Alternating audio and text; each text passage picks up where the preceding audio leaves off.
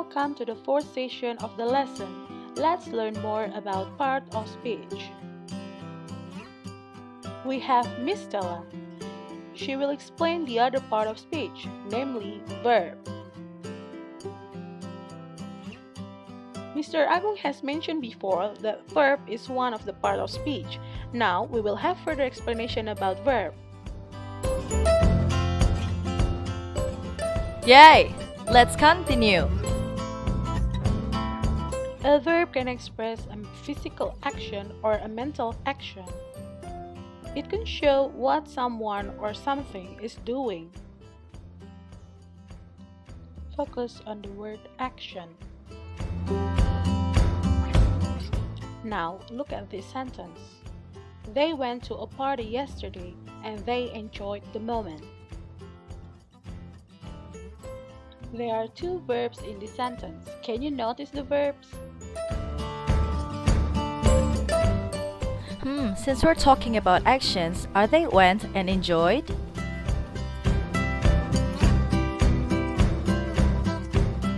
That's right, Cindy. Good job. Went and enjoyed are action because they show what they did yesterday. Another example, I am happy. Which one is the verb?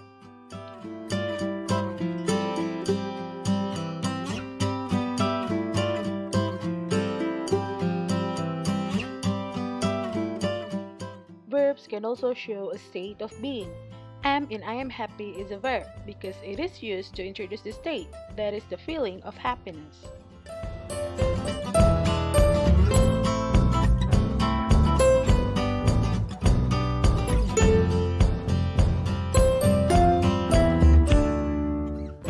Not only main verbs, we also have helping verbs. Helping verbs are important since they are needed to make up the structure of a sentence. They are used to help the main verb. There are two types of verbs that can be used as helping verbs in English: auxiliary verbs and modal verbs.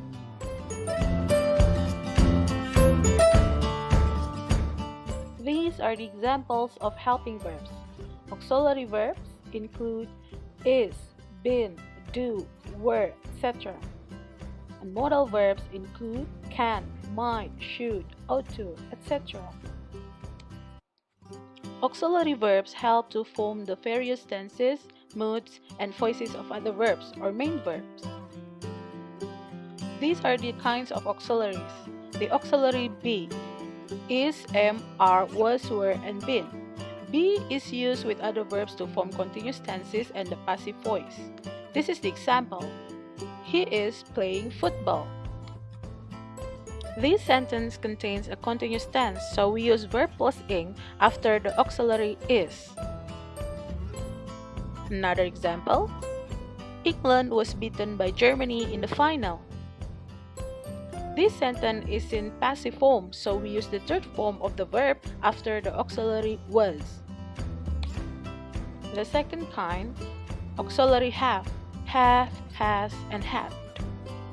Have is used to make perfect tenses. This is the example. He has played football. This sentence contains a perfect tense, so we use the third form of the verb after the auxiliary has. And the last is the auxiliary do and did.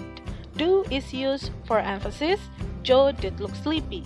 To make questions, do you want to leave? To make negative statements, I don't like coffee. For the auxiliary do, we always use the first form of the verb or present.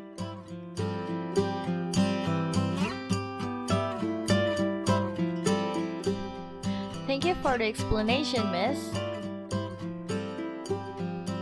Now, how about the modal verbs? A modal verb is a helping verb that expresses intention, possibility, necessity, or obligation. Since modal verbs are helping verbs, they are always a part of the verb phrase. They do not stand alone as individual verbs. Modal verbs are always paired with at least one other verb. Example of modal verbs. A. To express possibility. Can, could, may, and might. B. To express intention. Should, would, might, will, and shall. C. To express obligation. Will, shall, have to, ought to, and must. D. To express necessity. Must and shall. Take a look at these examples. It might rain tomorrow. She would share if you let him. He can go. Main verb after the modal should always be in the first form of verbs or present. Next, Miss Stella will introduce the other types of verbs. These are the brief examples.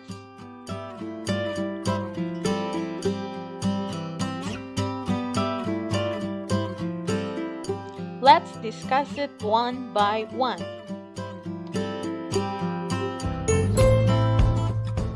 Regular verbs.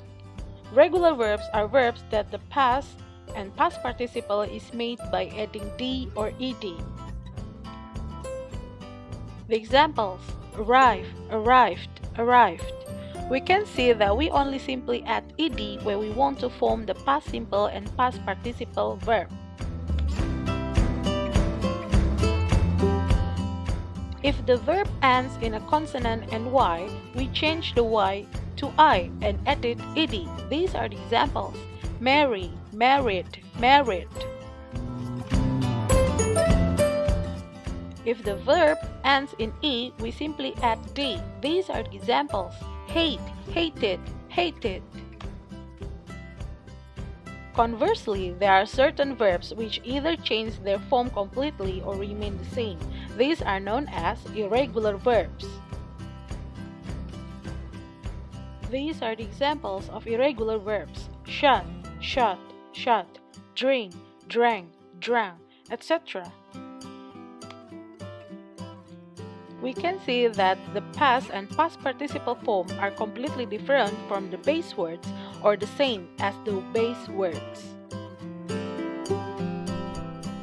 Do we have to memorize all the verbs to know whether the verbs belong to regular or irregular verbs? That's a lot! Here are some tips to help you to learn the regular and irregular verbs.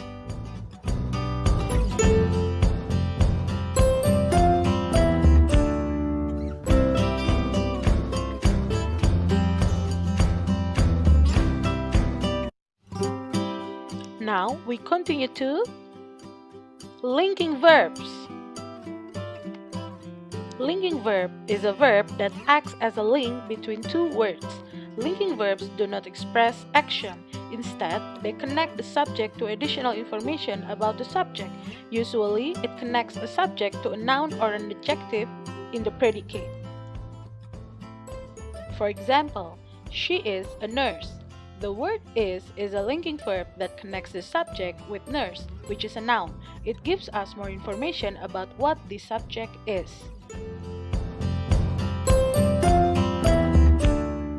These are some linking verbs.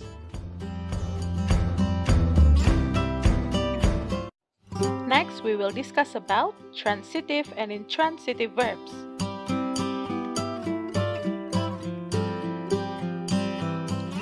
Transitive verb is a verb that needs object to complete itself.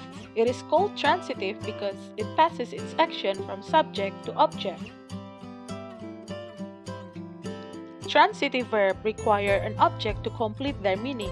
Imagine that I say, I bought. This sentence is incomplete. Something is missing. It needs at least one object. I bought a house. Now, the sentence is complete. We can understand it because we added the object a house after the verb bought. Therefore, buy is a transitive verb. Meanwhile, intransitive verb is a verb that doesn't need any object to complete itself. It doesn't pass its action from subject to the object. The baby smiled. Here, we cannot have an object after the verb smiled. You cannot smile something. Therefore, smile is an intransitive verb. Here are some transitive and intransitive verbs.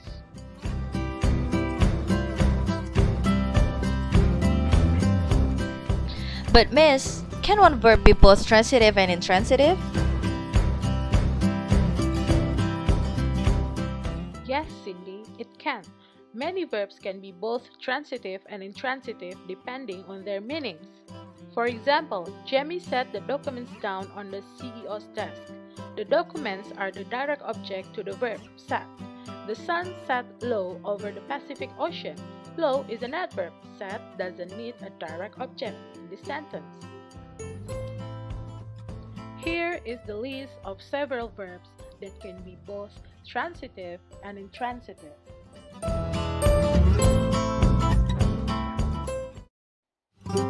Next types of verbs are finite and non-finite verbs. Finite verbs. A finite verb, sometimes called a main verb, is a verb that has a subject. This means that it can be the main verb in a sentence. It shows tense or number. For example, I live in Germany. I is the subject. Live describes what the subject does.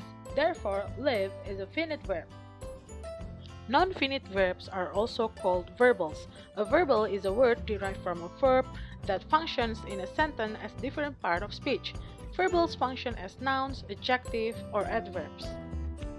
Three types of non-finite verbs: the infinitive, the gerund, and the participle. The infinitive is the base form of a verb with to. Usually it functions as a noun, although it can also function as an adjective or an adverb. For example, I like to ski. To ski is a noun and the object of the verb like. The gerund. The gerund ends in ing and function as a noun. For example, skiing is fun.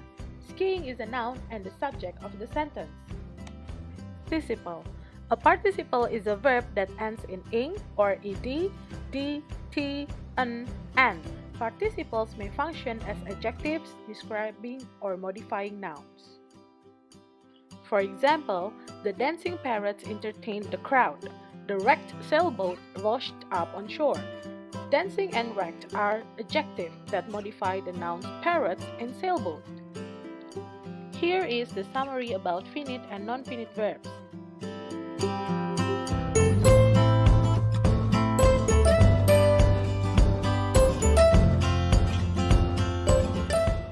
That's all about types of verbs. Yay! The more Cindy knows about verbs. In the next part, we will provide you some exercises to enhance your knowledge. Are you ready? Go grab your pen and paper. Pause the video, grab a piece of paper and answer some questions.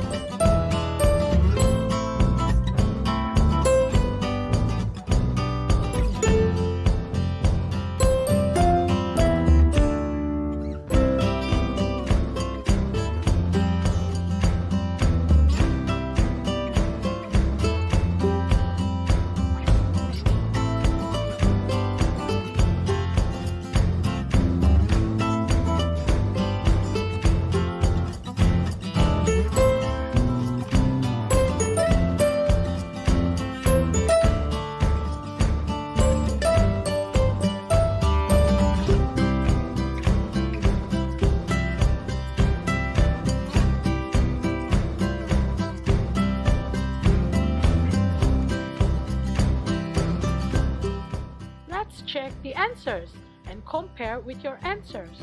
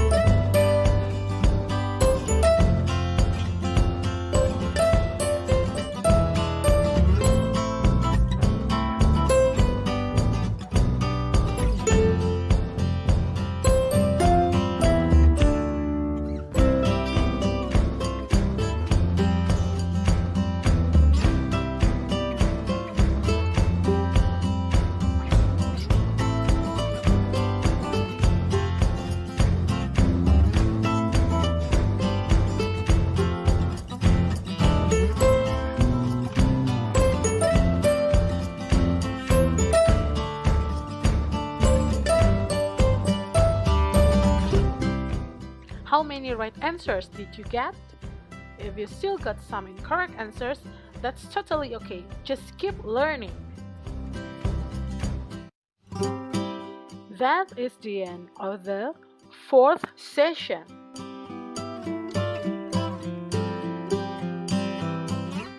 I hope you can understand better about verbs.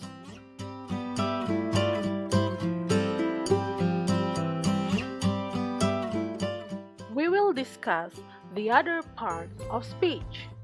Can you guess what it is?